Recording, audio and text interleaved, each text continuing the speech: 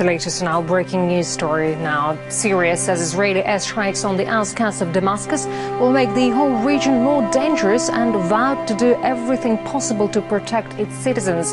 One official said the destruction of the country's military research facility was a declaration of war. Syria's state media says Israeli rockets targeted a military research center on the outskirts of the capital. Video footage and eyewitness accounts suggest that attacks hit weapons dumps, triggering large explosions there. Syria says a number of people were killed and wounded amid widespread destruction.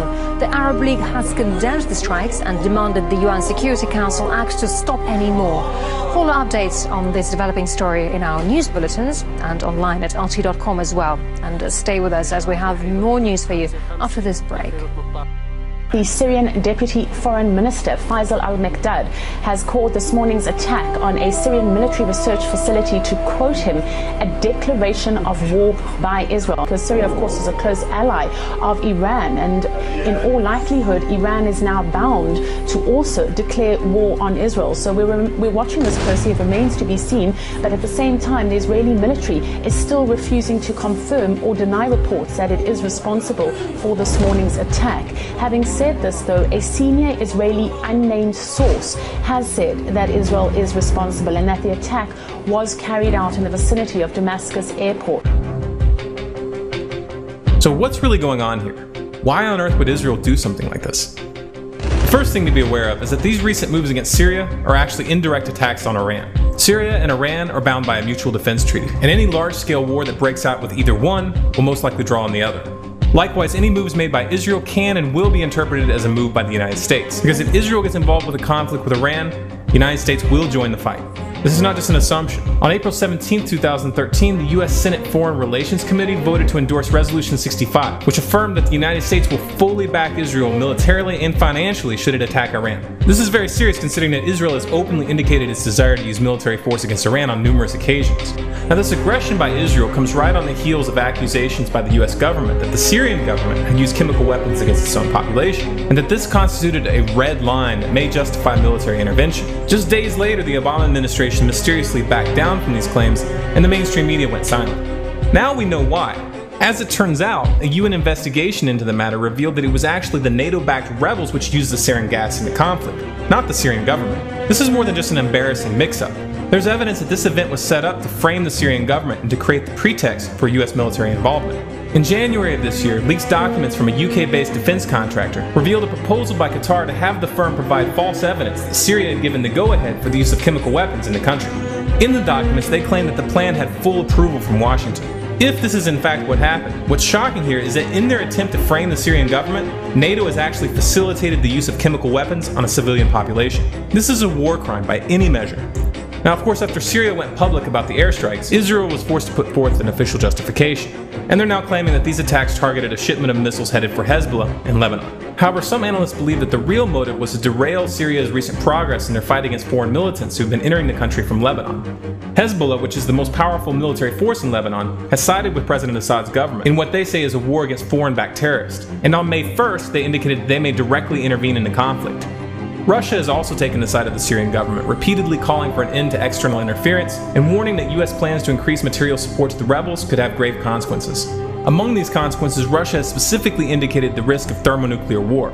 China has issued similar warnings. As in most of the major events that we're seeing unfolding right now, the real motives have nothing to do with the official justifications given by the government and the mainstream media. This has nothing to do with protecting the Syrian people. This much should be clear by the simple fact that NATO has backed these insurgents in spite of numerous atrocities, and is covering for them now even when they use chemical weapons. What this really comes down to is the fact that Iran is sitting on the world's third largest oil reserves, and it's not cooperating with the US and NATO agenda in that region. These attacks all have one goal in mind: to topple Syria and to draw Iran into an open confrontation, which would then give the US and NATO the pretext for an outright invasion. And make no mistake, that's what they want. There will also be many, many side effects, all of them adverse, from an Israeli strike. But at the end of the day, if we don't get it done the way the administration's working on it now, which I totally agree with, then we ought to take them out.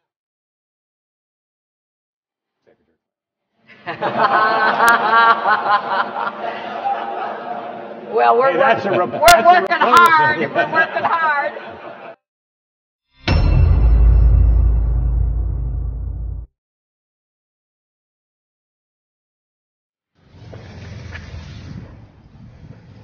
هذا حال داري اليوم. قصف عنيف جدا براجمات الصواريخ.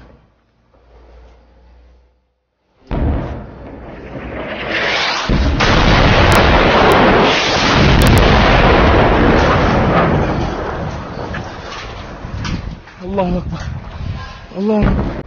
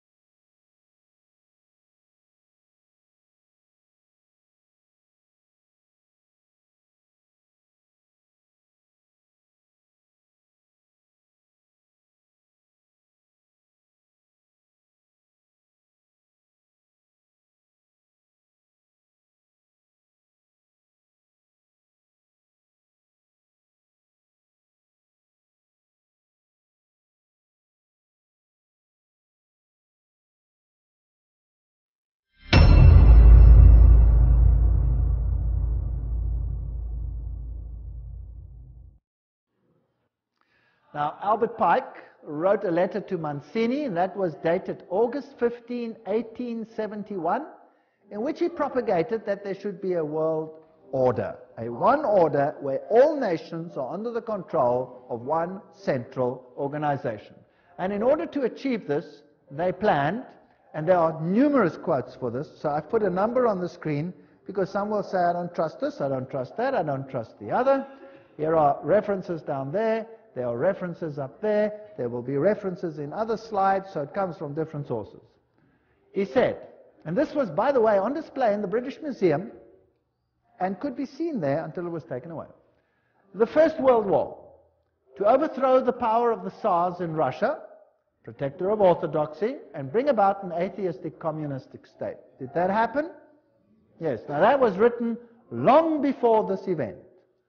Long before this event. This was written in 1871. This war broke out in 1914. The Second World War, that's also written long before the event, to originate between Great Britain and Germany, to strengthen communism as antithesis to the Judeo-Christian culture, and bring about a Zionist state in Israel. Did it achieve this objective? Yes? In fact, after this war, Israel, in its present form, was reinstated under the protection of Britain. And then, interestingly enough, a Third World War, a Middle Eastern war involving Judaism and Islam and spreading internationally. That's fascinating. Is that on the cards? What do you think? Certainly sounds like we are on track. Well, here's another quote. Just in case people don't like that quote. Mancini with Pike developed a plan for 3 world wars so that eventually every nation would be willing to surrender its national sovereignty to a world government. The first war was to end the Tsarist regime in Russia, the second to allow the Soviet Union to control Europe, the Third World War was to be in the Middle East between Muslim and Jews and would result in Armageddon. Interesting.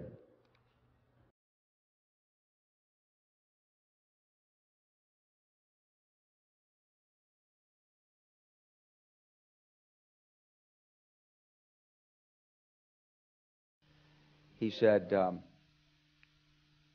he pulled up a piece of paper off his desk. He said, I just got this memo from the Secretary of Defense's office that says we're going to attack and destroy the governments in 7 countries in 5 years.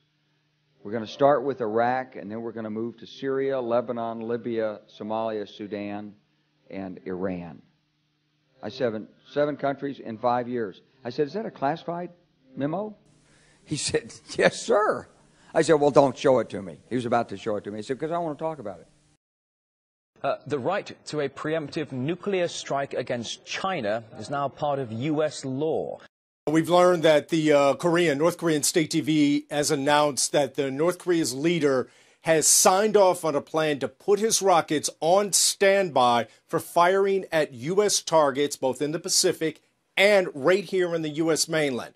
The U.S. government is operating on the assumption that there are 3,000 miles worth of tunnels crisscrossing China, allegedly containing 3,000 nuclear warheads. But I want to go right to the Syria story. Russia putting battleships in Syria, and I think you have reports that they're being joined by China and others. What is going on there? We've got most of America's ballistic submarine fleet operating in the Pacific. We've also got more U.S. ships moving in that area. The Pentagon all the while promising to contain China and now planning for what they say a possible nuclear strike. Well, that's not exactly going to help already strained relations, is it? But there is genuine concern over a new missile North Korea unveiled at a parade last year. That road mobile missile would have the capacity to reach the United States. That's a different type of missile from the one that was tested back in December. And because it's road mobile, I think that it has raised concerns. Combined air, land, and sea involving Russia, Black Sea Fleet elements, Air Assault Division, Spetsnaz troops, and Iran and Syria, and to be joined by China, warships from China. That also includes the very likely scenario where Iran and China have already received permission to pass warships through the Suez Canal. To my knowledge, this is alarming for the whole region, but especially Israel. They're also deploying major combat elements, Larry. I'm told Air Assault Division, Combined Arms Division, the Marines from the Black Sea Fleet are on their way to Syria right now. This is boots on the ground. There'll be perhaps 400 aircraft involved. In addition, specialists, Spetsnaz, GRU units, everybody out there who knows about special forces, this is the Russian equivalent. These are veterans from the Chechen guerrilla war. The scenario they're entertaining is in the event of a NATO intervention from the west or north in Syria. You see, they're making it very clear there will be no military option for the United States. So there is no option for the U.S. at all. This is a severe setback for the Obama administration. When and if this military exercise takes place, it is clearly in the face of the Obama administration's negotiations with Iran. Putin has played a very strong card. All right.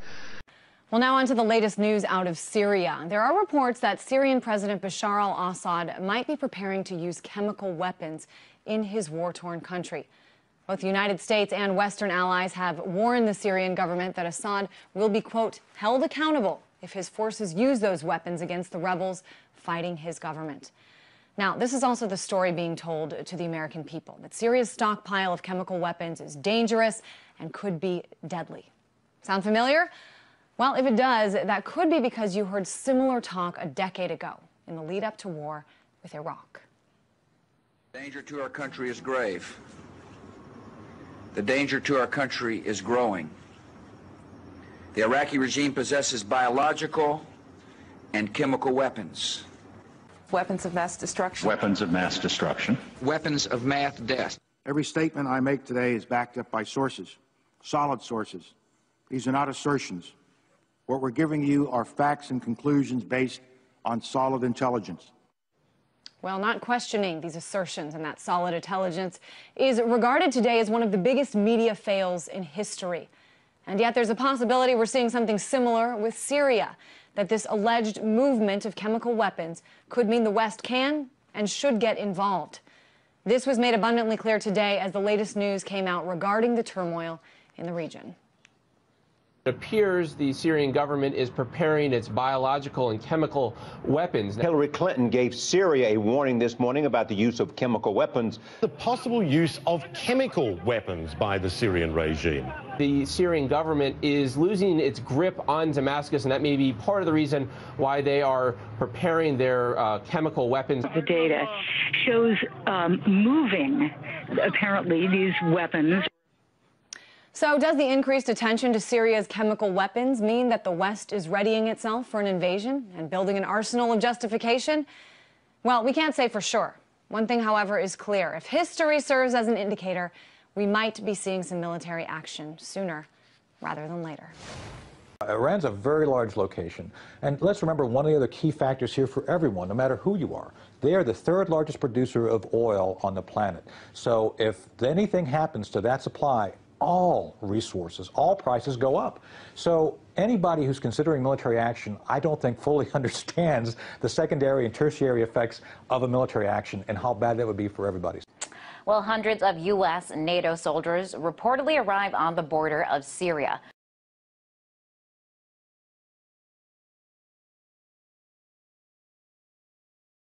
Isn't there a danger, though, that despite what's happening domestically in Syria, this could actually turn into a regional conflict? Already we've seen 5 people killed in Lebanon, a Turkish jet shot down recently. While this bickering goes on amongst those world powers, as they call themselves, is there not a danger of it spreading much further now beyond Syria's borders? Well, if you look at the planning, if you're in the Pentagon right now, or in any of the top think tanks in the U.S., or even a year ago, the plan is, Bill, the plan is regional destabilization, okay? The U.S. Embassy has drawn up plans as far back as early this year and is already organizing plans as far back as April to evacuate 20,000 American citizens from Lebanon and embassy staff and NGO workers, okay? This is really happening, okay? You haven't read about it, but it's on a very good source from in Beirut that is happening. Now, what does that mean? That means they're already planning for the destabilization of Lebanon, Washington. So is this good news for Lebanon? No, it's not. Okay, Patrick, just briefly then, what is the end goal for all of this regional destabilization? What's the main aim here, just briefly, from your point of view? The door is open for an attack on Iran, and that is the precursor to World War III as we know it. It's not something anybody really wants to see, but it seems to me the talk out of Washington and London is that they're looking in that direction. So we should all be very concerned about this. Grim prediction and very interesting perspective. Thank you very much indeed, Patrick Hennessy, for joining us live there in London.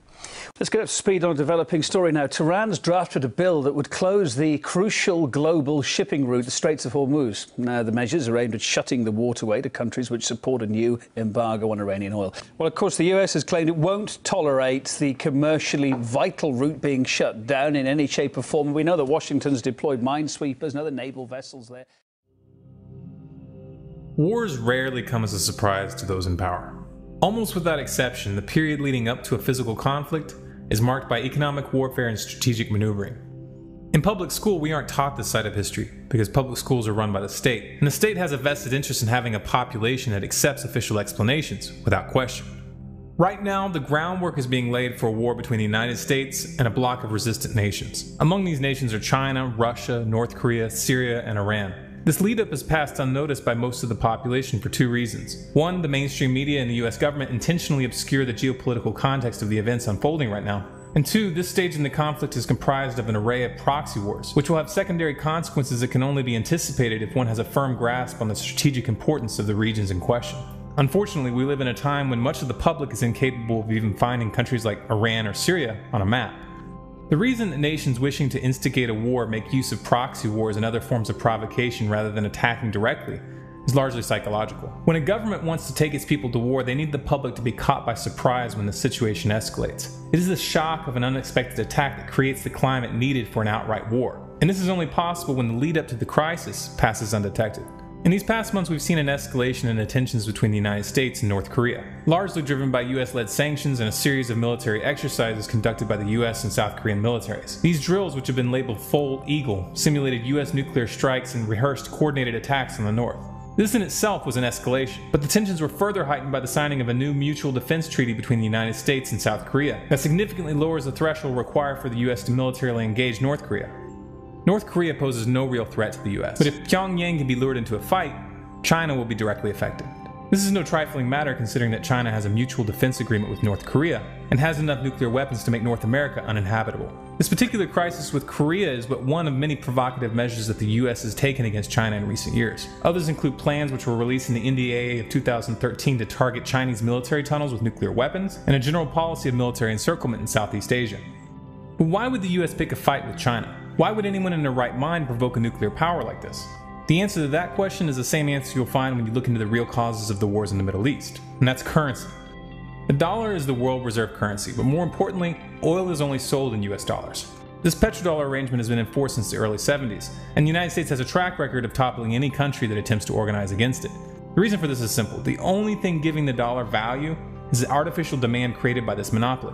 Once the petrodollar dies, the dollar dies. And when this happens, the world is going to be turned on its head overnight.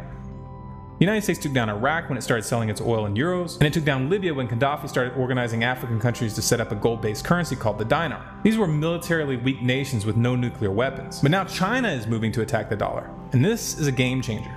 China, of course, is not announcing its attack as such. Its moves have been quiet and subtle, but the implications are clear. The most recent move came this past month when China and Australia announced that they were going to be moving off the dollar for their bilateral trade. In 2010, China and Russia made the same agreement, followed by China and Japan in 2011, and China and Iran have worked out an arrangement that allows them to bypass the dollar entirely by exchanging Chinese consumer goods for oil. To top it all off, the BRICS nations, which include Brazil, Russia, India, China, and South Africa, have just announced in March that they're going to launch a new global development bank which will compete with the IMF and the World Bank. Furthermore, China has been buying up massive quantities of gold and taking steps to internationalize the yuan, leading to speculation that they may be planning to transition to the gold standard. These moves have massive implications. China is chipping away at the dollar piece by piece, but the mainstream media isn't talking about it. The politicians aren't talking about it. And the reason is simple. If the public were to understand the petrodollar, they would understand that there is no war on terrorism. There's only a war for control of the world's financial system. All of this talk we're seeing right now of a red line supposedly crossing Syria is part of the same game. It's a proxy war to provoke Syria's closest ally, Iran. I frankly think that crisis initiation is really tough. And it's very hard for me to see how the United States president can get us to war with Iran. Which leads me to conclude that if, in fact, compromise is not coming, that the traditional way of America gets to war is what would be best for U.S. interests. Some people might think that Mr. Roosevelt wanted to get us into World War II, as David mentioned. You may recall we had to wait for Pearl Harbor.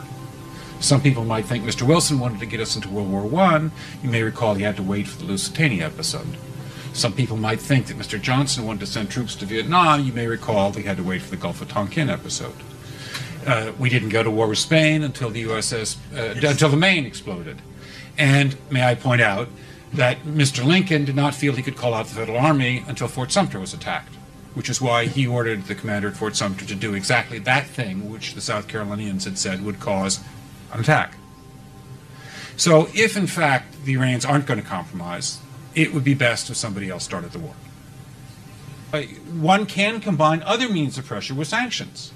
I mentioned that explosion on August 17th. We could step up the pressure. I mean, look, people, Iranian submarines periodically go down. Someday one of them might not come up. Who would know why? We can do a variety of things if we wish to increase the pressure. I'm not advocating that, but I'm just suggesting that this is not a either-or proposition of, it's just sanctions has to succeed or other things. We are in the game of using covert means against the Iranians. We could get nastier at that.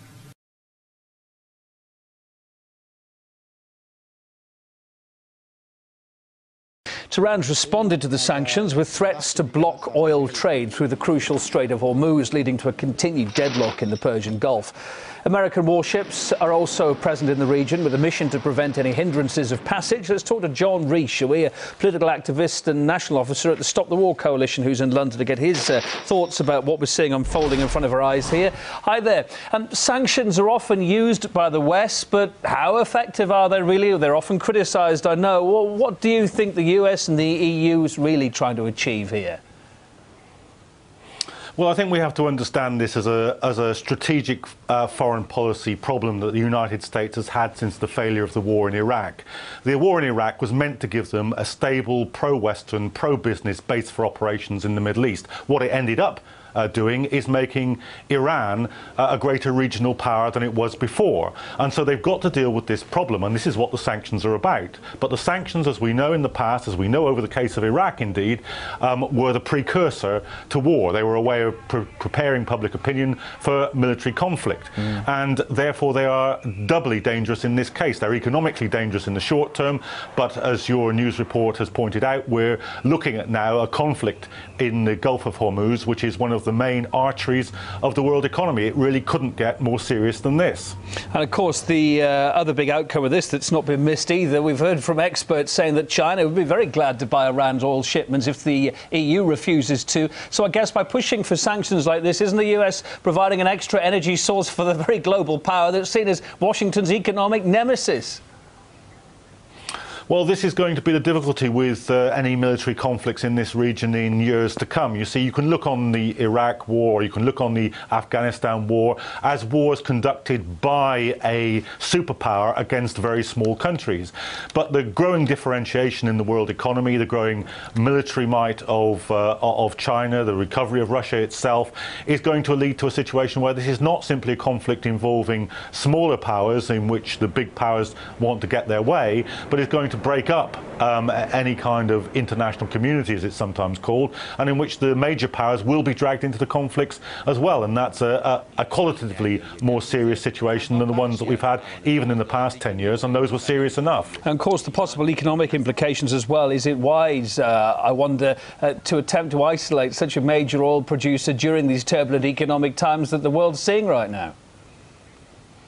Well, you would think that some element of caution might kick in here, that just as we're on the brink of discovering that we haven't reached the pit of this recession, that there's liable to be, as I think nearly every economic commentator says at the beginning of the year, a very profoundly difficult year for the Eurozone, in which we may see the breakup of the euro, in which we're certainly going to see further austerity measures pushed through by the governments in Europe and in other places. You would think that this wasn't exactly the moment to risk further instability in the world economy. So why no progress on restarting talks about Iran's nuclear program? And this despite the fact that Tehran has made unprecedented concessions. Russia's been suggesting this comprehensive step-by-step resolution. What is the stumbling block still at the heart of this stalemate then, do you think? Well, I think the stumbling block is the point I made at the beginning of this interview. You see, this isn't just about nuclear weapons. If it were about nuclear weapons in the Middle East, then the United States would have a bone to pick with Israel, which is the only power in the Middle East which actually possesses nuclear weapons. It's not about that. That's the casus belli.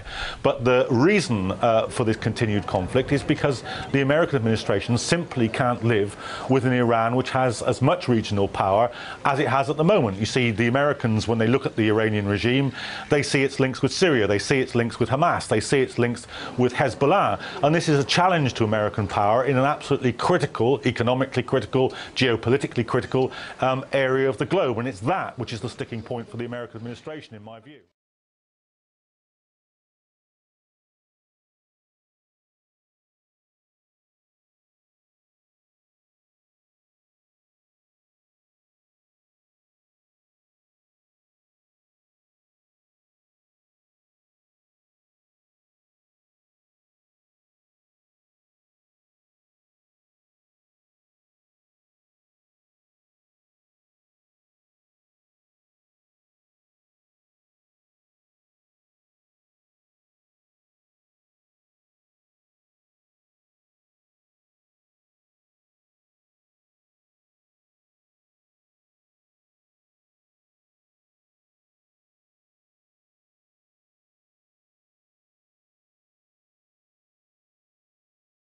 And we begin with breaking news as more than 20 embassies and consulates are closing around the world right now.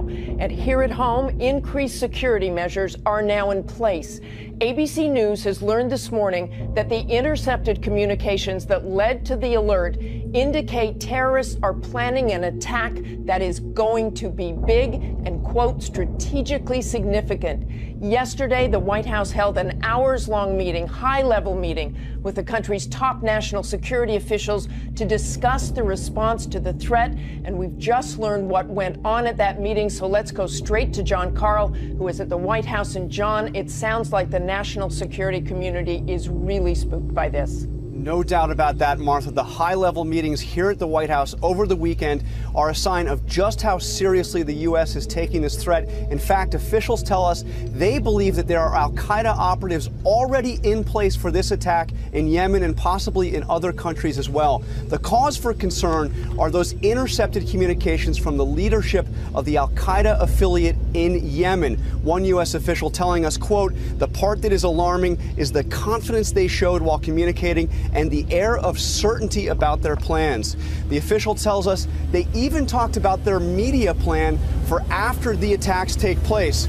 Now, one of the things that is especially concerning about the al-Qaeda affiliate in Yemen is that they have developed techniques to evade Western security measures. Specifically, officials are concerned about terrorists carrying surgically implanted bombs. As one U.S. official told us, quote, "These are guys who have developed the techniques to defeat our detection methods." John, people I've talked to said they don't really know exactly what the target is, even if it's an embassy or consulate. What do you know about that?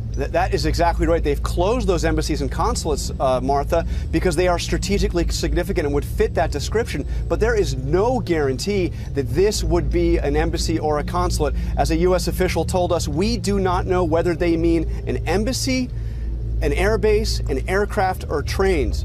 Now, we saw last year that with the attack on the consulate in Benghazi, the diplomatic outposts are a possible target. But, Martha, there is no guarantee this time around that the target list is confined to embassies.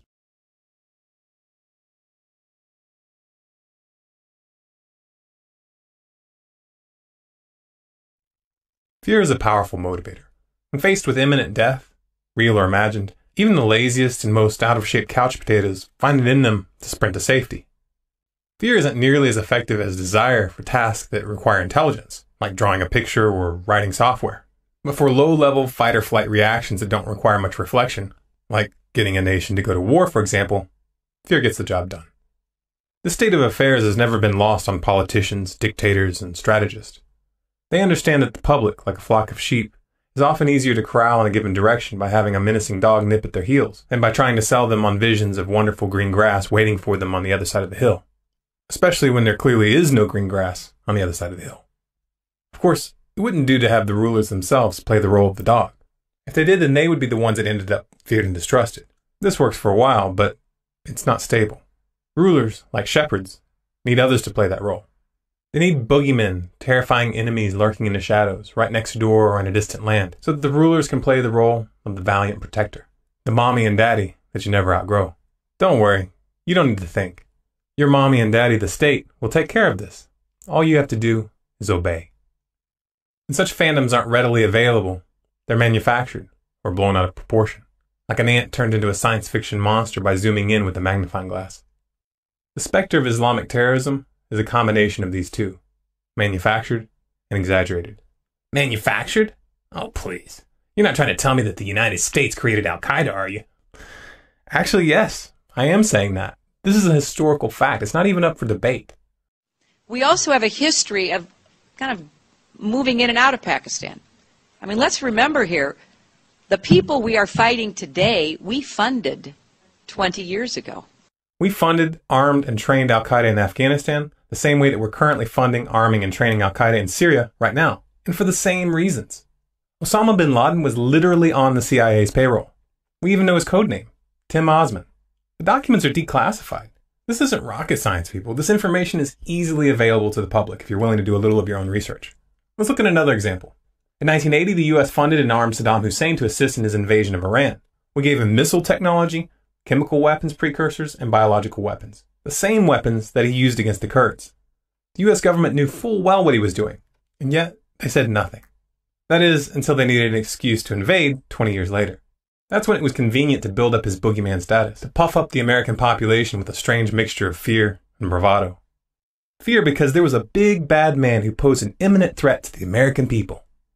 Bravado because mommy and daddy were going to take care of the problem with big guns and smart bombs. Don't you worry, we'll take out that evil Saddam.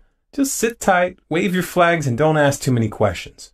Don't mind the civilians dying by the truckload. Don't mind the brutal tortures being perpetrated in Abu Ghraib prison. Don't mind the fact that they used this phantom threat to completely eviscerate the Constitution. Just keep waving your flags and repeat after me. USA! USA! USA!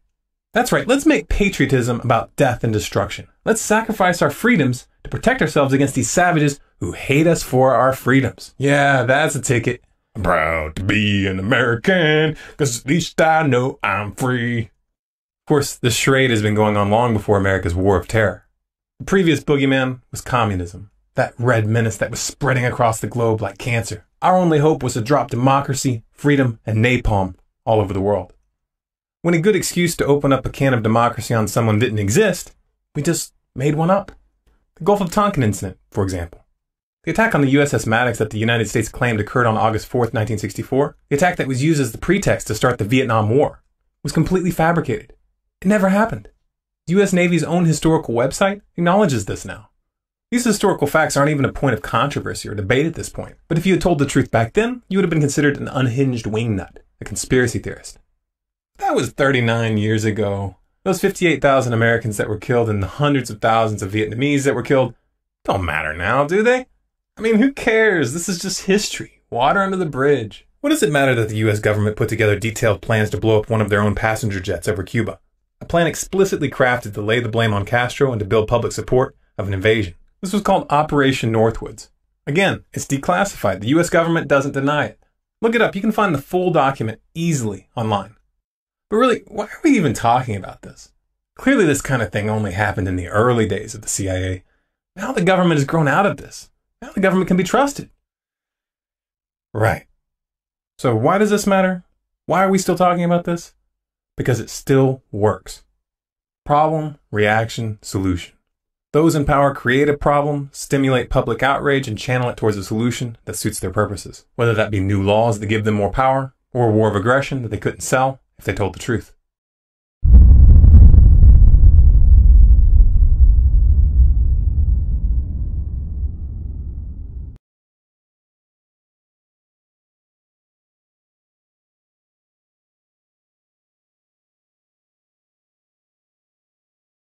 On July 27th, just before Friday prayers, Iran's Supreme Leader Ayatollah Ali Khamenei summoned top Iranian military chiefs for what he called their last war council.